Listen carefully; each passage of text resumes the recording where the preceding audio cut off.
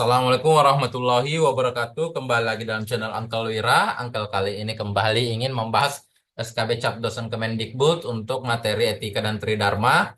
Kenapa Uncle sering banyak bahas soal ini? Karena materi ini luasan materinya begitu besar ya, atau cakupan materinya begitu luas sehingga teman-teman harus memahami beberapa aspek-aspek dan di mana saja teman-teman poin apa saja yang mesti teman-teman pelajari karena kalau kita ingin mempelajari semua sepertinya terlalu banyak ya. Nah, di video kali ini teman-teman bersama kita ini semua akan berlatih untuk bagaimana sih melihat soal yang berada pada cakupan materi yang berbeda ya, supaya kita terbiasa untuk bisa pikiran kita bisa terbiasa bergerak dari satu eh, apa cakupan materi ke cakupan materi yang lain. Kalau teman-teman bisa melakukan seperti itu adalah cara yang paling efektif juga untuk melatih pemahaman dan cara kita dalam mengerjakan soal etika dan tridharma. Nah, tentunya di dalam etika dan tridharma ini ada beberapa hal yang teman-teman mesti pahami ya. Kalau kita bicara masalah etika ya pasti nanti akan dilarikan ke kode etik ya. Nah, kode etik nanti kalau belajar tentang kode etik karena kode etik setiap kampus berbeda-beda, maka kita pakai yang umum. Jadi lihat di Permen nomor 44 tahun 2024 ya, tahun 2024 itu lampiran satu ya, lampiran satu. Nah, di situ ada kode etik dan kode perilaku. Dari situlah teman-teman bisa memahami, mengetahui, memahami, dan mampu menganalisis. Jadi menganalisis itu bisa memberikan contoh penerapannya dan sebagainya ya, atau contoh kasus. Kemudian kita diminta itu kode etik yang dilanggar siapa. Nah, untuk etika ya, di situ juga teman-teman bisa belajar etika.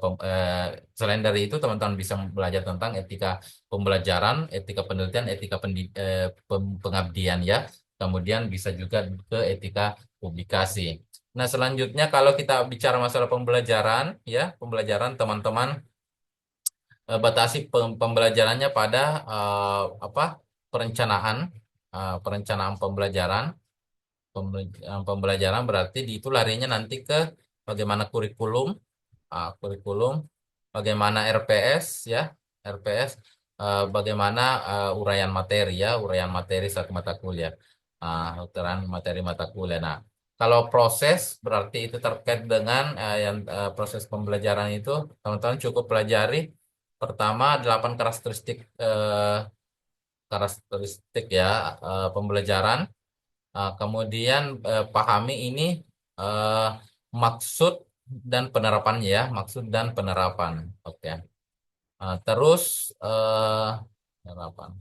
Kemudian ada evaluasi ya, evaluasi. Evaluasi itu teman-teman bisa pelajari prinsip penilaian ya, prinsip penilaian. Gitu. Kemudian dari prinsip itu eh, apa capaian capaian pembelajarannya apa? Maksudnya kompetensi yang diharapkan ya, capaian kompetensi. Ah, Teman-teman bisa pelajari capaian kompetensi. Kemudian teman-teman juga pelajari instrumen untuk mengukur kompetensi ya, instrumennya ya untuk ukur kompetensi. Nah, itu untuk pembelajaran. Kemudian untuk pengabdian dan penelitian ya, itu hampir sama saja ya, penelitian dan pengabdian. Nah, itu hampir sama ya. Nah, teman-teman bisa pelajari kasus, kasus diminta judul ya biasanya. Kemudian rumusan masalah, kemudian metodologinya apa ya, ataukah biasa diberikan juga masalah terkait dengan seseorang di dalam terhadap kasus populasi di dalam penelitian itu, maka bila penelitian itu akan ditarik sampelnya, lebih tepatnya dia ditarik dengan menggunakan teknik apa ya, teknik sampling maksudnya ya. Teman-teman bisa pelajari teknik sampling. Nah, eh, jadi kalau kasusnya biasa juga tentang keadaan suatu desa, kita diminta untuk bikin judul penelitian yang cocok, atau keadaan suatu desa kita diminta untuk bikin judul pengabdian yang cocok, atau rumusan masalah yang diminta, atau dari kasus tersebut kemudian kita bisa rancang judul, kemudian apa kira-kira metodologi yang tepat untuk menyelesaikan penelitian tersebut ya. Nah, namun sebelum Angka lanjutkan ke pembahasan soal, teman-teman bisa subscribe channel ini, like, share, and comment, serta nyalakan lonceng notifikasinya agar teman-teman senantiasa memperoleh informasi seputar CPNS dari Uncle Wira.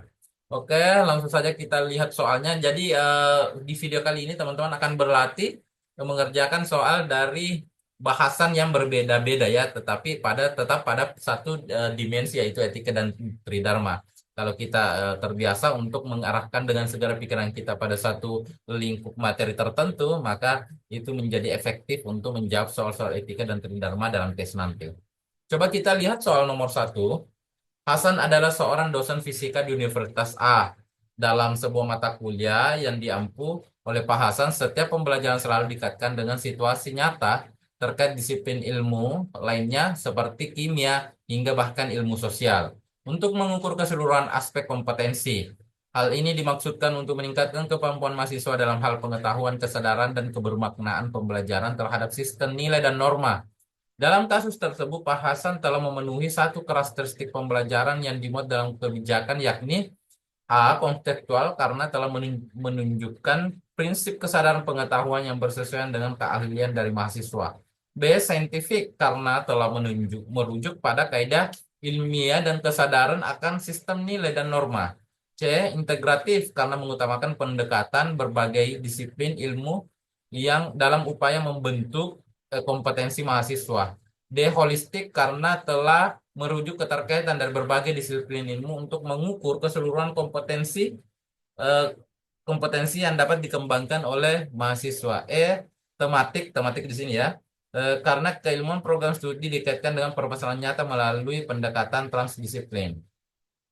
Nah, jadi di sini apa sih eh, yang ingin dicapai dari eh, apa dari kasus di atas ya. Jadi karakteristik pembelajaran apa sih yang dimuat di dalam kebijakan tersebut. Nah, di sini poinnya permasalahannya adalah untuk meningkatkan kemampuan ya, artinya meningkatkan kemampuan pengetahuan dan kesadaran. Kemampuan mahasiswa itu tentunya kompetensi yang dimaksud ya, ini kompetensi. Kompetensi itu ya tentunya ada tiga ya. Ada kognitifnya, ada psikomotornya, kemudian ada afektifnya ya. Nah, dari itu, apa sih yang karakteristik yang menonjol dari pembelajaran yang dilakukan Pak Hasan ini selalu dikaitkan dengan situasi nyata dan seperti dan disiplin ilmu lainnya seperti kimia bahkan dalam ilmu sosial untuk mengukur ya keseluruhan.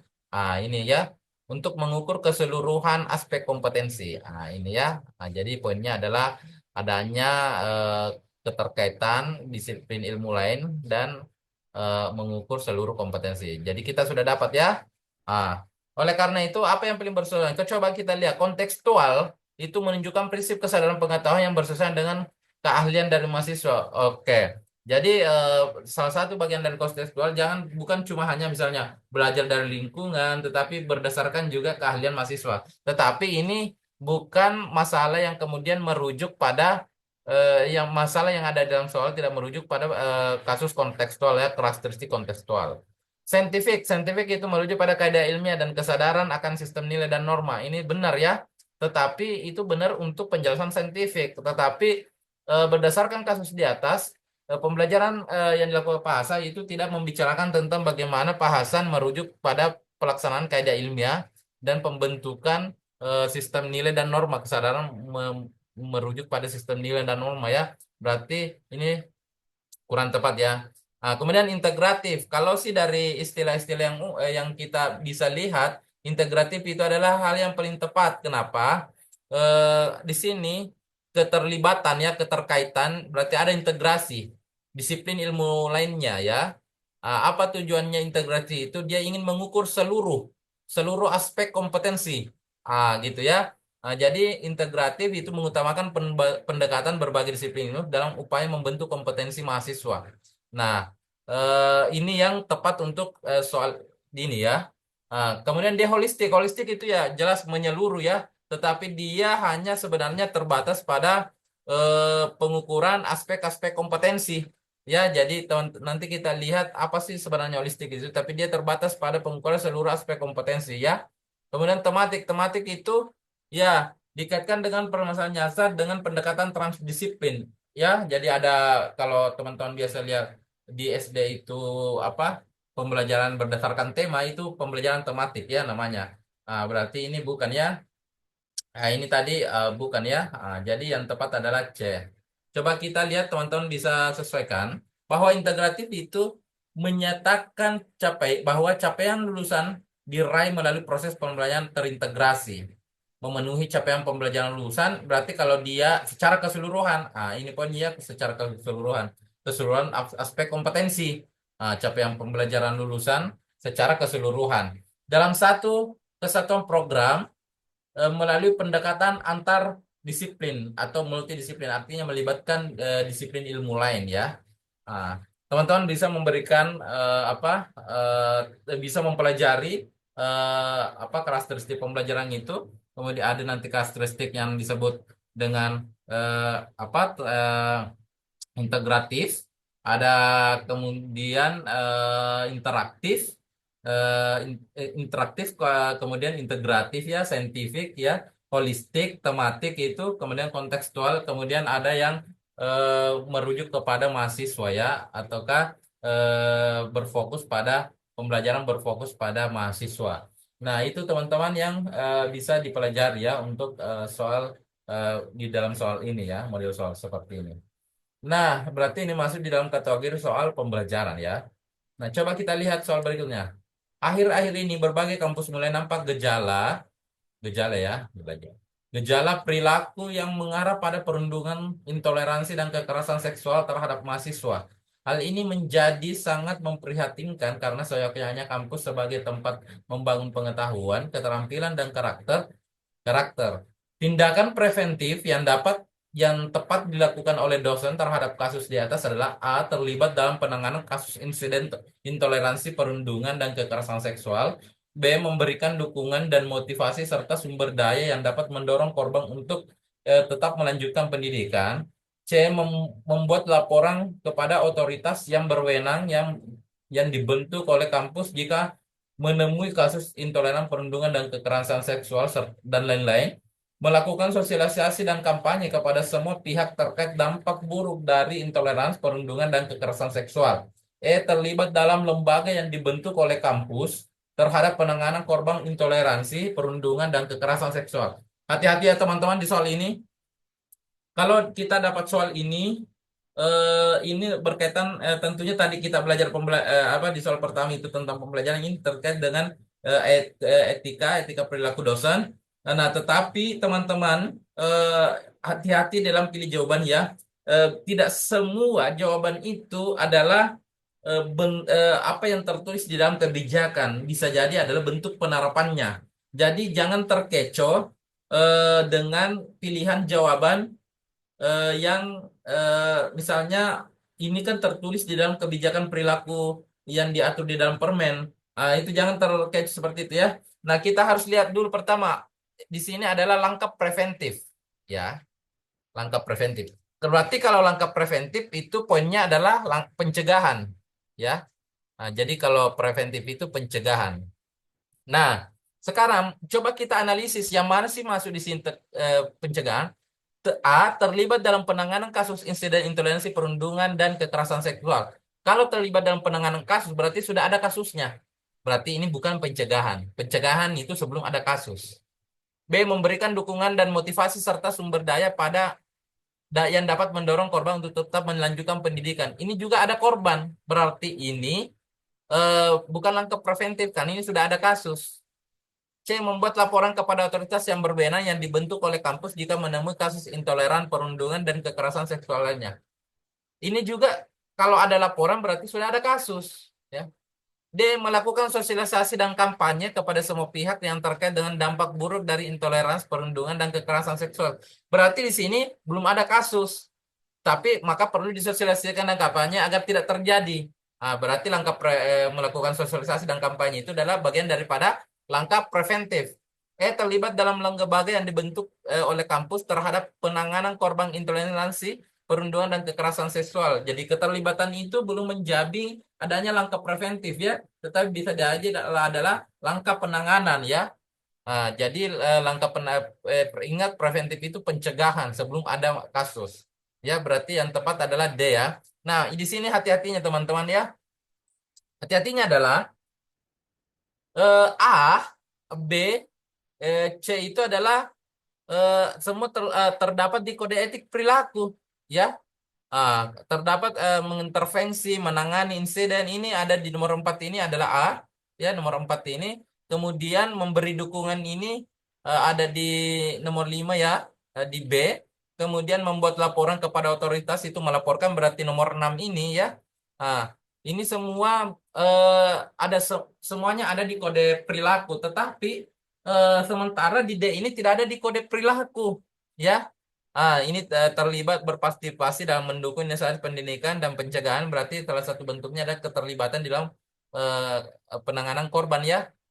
Ini juga ya. Ah, tetapi karena langkah preventif yang minta, langkah pencegahan yang paling tepat adalah D ya. Nah D ini apakah ada di kode perilaku? Tidak ada, tetapi ini penerapan daripada yang ini berpartisipasi dalam mendukung inisiasi pendidikan kesadaran mengenai pencegahan dan pengenangan intoleransi. Berarti di nomor 7 ini poinnya. Meskipun kalimat ini tidak ada di kode etik perilaku, tapi D ini adalah bagian penerapan daripada kode etik perilaku nomor 7 ya. Sebenarnya semuanya ada 12 kode etik perilaku yang tiga angkel tidak dapat tangkapan saya angkel tidak crop ya.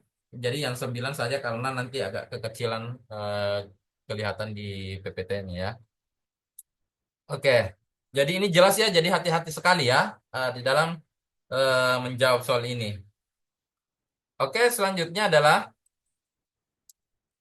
salah satu program dari MBKM. Ya, sekarang MBKM lagi. Yang pertama tadi pembelajaran secara umum, kemudian etika perilaku dosen, kemudian MBKM lagi. Salah satu program dari MBKM adalah kampus mengajar di mana mahasiswa akan mengajar di satuan pendidikan tertentu. Dukungan pemerintah terhadap pengembangan kualitas pendidikan di Indonesia. Program ini menjadi penting untuk memberikan kesempatan kepada mahasiswa memperoleh pengalaman lebih lebih terkait situasi mengajar di sekolah. Salah satu hal yang mendasar dari pelaksanaan kampus mengajar adalah, nah, jadi kampus mengajar ini bagian dari program yang ada di MBKM ya. Pemerataan kemampuan siswa di berbagai sekolah dalam hal pengetahuan dan keterampilan untuk meningkatkan kualitas pendidikan. B. Mendorong kerjasama yang baik dan berkelanjutan antara pendidikan dasar dan pendidikan dasar dan menengah dengan pendidikan tinggi. C. Mempercepat tercapainya tujuan pendidikan nasional eh, dan peningkatan kualitas pendidikan. D. Membantu meningkatkan kualitas pendidikan serta relevansi pendidikan dasar dan menengah dengan pendidikan tinggi.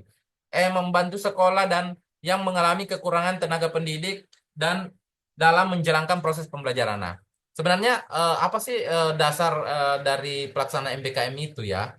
Jadi apa sih tujuannya begitu? Kenapa mesti dilaksanakan itu MBKM? Kenapa mahasiswa itu padahal dia punya PPL ya, P atau PLP, tetapi dia tetap bisa mengikuti program kampus mengajar misalnya ya, mengajar di sekolah. Nah, pertama, kalau kita mau menganalisis saja dulu, tentunya pasti kita akan menghilangkan C ini dan E. Kenapa? Mempercepat tercapainya tujuan pendidikan nasional itu terlalu terlalu umum jawabannya ya. Karena bagian dari tujuan pendidikan nasional itu banyak hal yang harus dilakukan, bukan hanya persoalan kampus mengajar ya.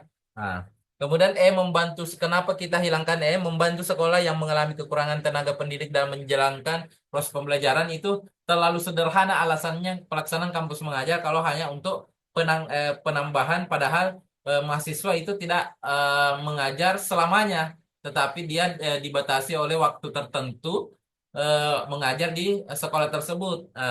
Jadi tidak cukup alasan ini kurang tepat untuk pelaksanaan kampus mengajar. Berarti kalau kita buang C dan berarti kita punya kesempatan benar itu 33,33% ya, atau sepertiga ya, karena sisa 3. Nah, coba kita lihat pemerintahan kemampuan siswa di berbagai sekolah dalam hal pengetahuan dan keterampilan untuk meningkatkan kualitas pendidikan. Iya benar ya, tetapi apakah hanya sebatas itu? Itu tidak cukup ya. Nah, karena seyogyanya itu kenapa mahasiswa itu mengajar kampus Merdeka, apa sih yang dilaksanakan dari mengajar itu ya? Bagaimana sebenarnya pelaksanaan yang nyata di sekolah itu? Mahasiswa itu diharapkan mampu menyesuaikan apa yang kemudian dia dapat di sekolah dengan kemampuan siswa yang ada di pendidikan dasar dan menengah, sehingga pengetahuan yang kemudian dia peroleh di perguruan tinggi itu dapat direlevansikan dengan apa yang ada di sekolah. Nah, karena kalau tidak terjadi nanti pengetahuan, artinya apa?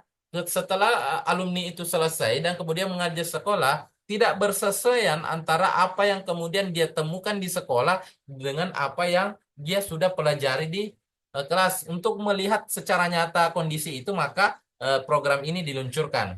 Nah, dari penjelasan itu, sebenarnya kita sudah bisa menebak jawabannya. Berarti membantu meningkatkan kualitas pendidikan jadi salah satu upayanya peningkatan kualitas pendidikan. Yang kedua, relevansi pendidikan dasar, relevansinya ya antara pendidikan dasar dan menengah, dasmen, dengan dikti. Ya, supaya terjadi korelasi hubungan yang tepat antara dasmen dan dikti ya, gitu. Kalau B ini mendorong kerjasama yang baik yang berkelanjutan dan pendidikan dasar dan menengah dengan pendidikan tinggi ya, tentunya setiap sekolah itu tetap mendorong kerjasama, tetapi bukan itu bagian dari alasan. Bentuk kerjasama itu bisa yang lain juga ya, tetapi bukan bagian dari alasan. Jadi itu tidak bisa dijadikan alasan dasar kenapa kampus mengajar itu ada. Terlalu umum alasannya ya. Berarti yang benar adalah D ya. Berarti ini salah ya. Ah. Coba langsung saja kita lihat penjelasannya. Jadi tujuan dari jadi kampus mengajar itu sebenarnya kita tidak dapatkan nanti di MBKM. Kalau kita lihat materinya MBKM itu tidak ada kampus mengajar, tetapi dia masuk di program asistensi mengajar. Kecuali kalau teman-teman masuk misalnya dari apa profilnya MBKM di website itu kampus mengajar salah satunya ada di dalamnya kampus mengajar. Jadi masuk di program asistensi mengajar ya di satuan pendidikan. Jadi muncullah kampus mengajar, memberikan kesempatan bagi mahasiswa yang memiliki minat dalam bidang pendidikan untuk turut serta mengajarkan dan memperdalam ilmu dengan cara menjadi guru di satuan pendidikan. Ya, ini. Dua, membantu meningkatkan pemerataan kualitas pendidikan. Oke, terpenuhi ya. Membantu meningkatkan kualitas pendidikan. Serta relevansi pendidikan dasar dan menengah terhadap pendidikan tinggi dan perkembangan zaman. Ya, jadi poin C itu lebih tepat ya. Teman-teman bisa belajar menganalisis eh, secara hati-hati. Jangan memberikan asumsi tambahan karena memberikan asumsi tambahan itu akan bergejolak nanti pemilihan antara pikiran teman-teman dengan pilihan yang disediakan di dalam SKB nanti itu. Dan ketika Anda membutuhkan waktu yang lama untuk berpikir, pada saat itu waktu terus berjalan sehingga kadang kita tidak sadar bahwa kita sudah kehabisan banyak waktu untuk menjawab satu dimensi soal, sementara masih ada empat dimensi lain yang membutuhkan juga penalaran dan analisis yang mendalam. Jadi teman-teman perlu berhati-hati memahami, pemahaman tidak cukup, butuh analisis yang baik, analisis juga tidak cukup kalau tidak memiliki pemahaman yang baik.